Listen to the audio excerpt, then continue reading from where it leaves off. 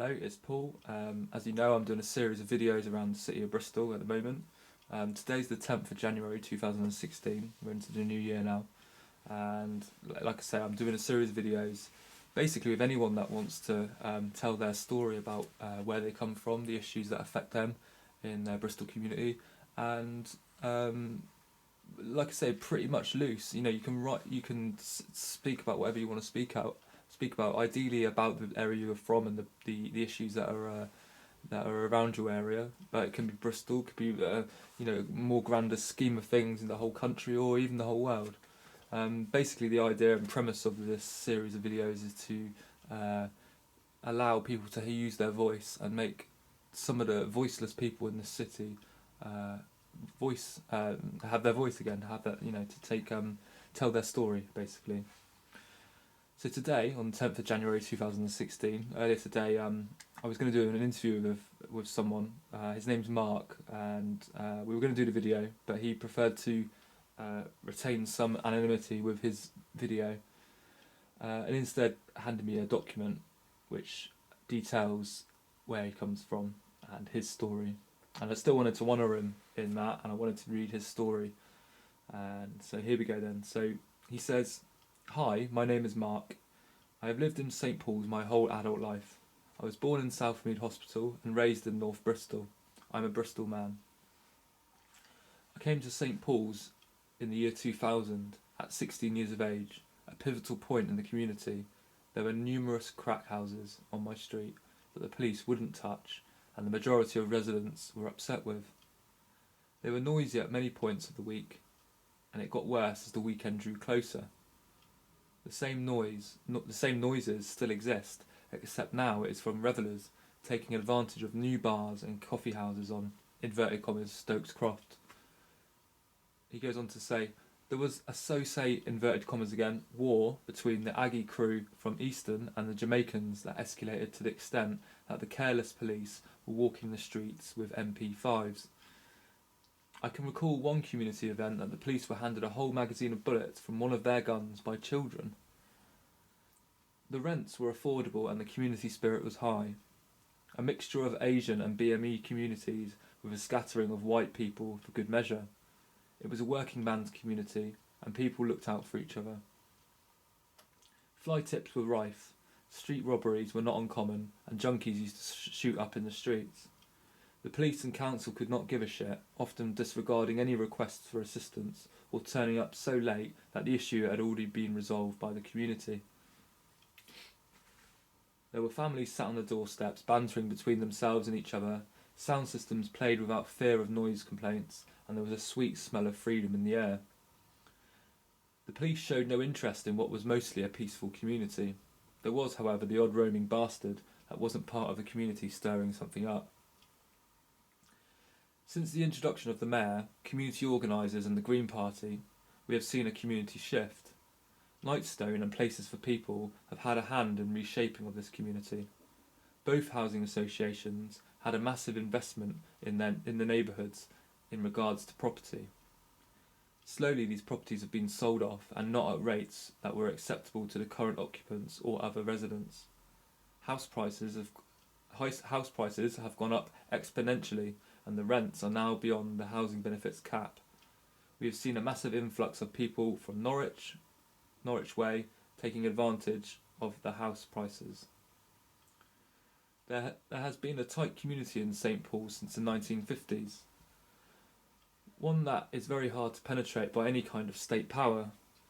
The newcomers have destroyed what we had, thinking that they can completely redress the field and shape it in their own fashion, often forgetting about the struggle of the original community founders. The newcomers have run directly to the state that was so oppressive to the BME and Asian communities and used this card to tear down our community and build their own with blatant disregard for the status quo that was fought so long and hard for. It is quite obvious that there has been collusion from the powers that be to tear apart this stronghold that was the last bastion of underclass common sense. It was quite obvious that there has been collusion from the powers that be to tear apart this stronghold that was the last bastion of underclass common sense. The homeowners have taken advantage of the increase in their properties and have either sold up or started renting them out to students. Houses that were once filled with families have now been divided into flats. The roads, which at one point were free to park, have now been privatised, regardless of community input, to such an extent that the council will not publish comments from naysayers. The workers that once parked around here have had to find new jobs, as the office blocks that once housed small businesses are now being converted into tower blocks of student halls to provide rabbit hutches for the Burgomaster's University. The money that was once spent on sheltering the homeless and needy, the sheltered housing for the elderly and respite for the sick, have all been cut in order to pay vast sums of money to new employees in the council for directorship jobs. Artists are paid to make parodies of homeless instead of giving them safe places to sleep. Events organisers working on both the Green Capital Board and the events management company are paying themselves vast sums of money for events that impact on residents greatly without apology. The worst of all are the numerous spin doctors that are paid to dress up the truth into near lies just to make the council's actions seem acceptable to the ratepayers.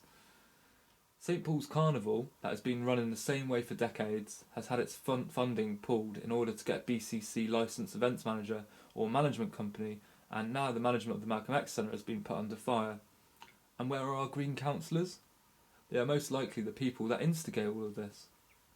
My feeling is that the Malcolm X will be taken from the community and also be turned into a business that profits from the community, more than likely by Sustrans or an affiliated company.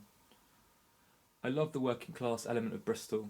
It is my heritage, but now I feel I am being forced from my home by people who have a vested interest in profiting from this community. This community was once a powerful opposition to any kind of power. None of us should be told how to live our lives, what kind of jobs we should have, or how long they should wear their hair. But now the powers that be have destroyed one of the last bastions of freedom in the city in an attempt to make profit. This and other actions are inhumane. With any luck, we can get rid of this, inverted commas, undercover Conservative, aka independent candidate, and elect a mayor that will truly represent the Labour aspect of our city. We also need support from the Bristol West Labour candidate or her proxy during this time of need. Unfortunately, she is unable to fulfil her role due to a medical condition, and we have lost a vital voice in Parliament and an MP in our council. Welcome to George Ferguson's Freiburg. Yours, Mark. That's the letter I received from Mark today, and I think it's like I say, it's another voice in the community that obviously doesn't feel like he's been listened to, and I'm happy that I can actually share his story with anyone that wants to listen to it. Just to clarify as well on the end bit about the Bristol West Labour candidate, that would be Fangam Dabonair.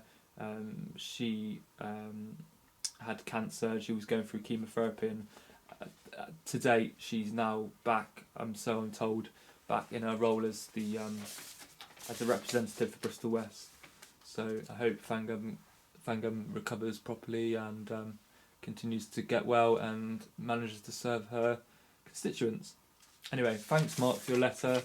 Really glad I could read it out for you, and I'm hoping to do more and more videos, more and more people, and get more the voices of the streets talking to power, speaking truth to power. Cheers, bye.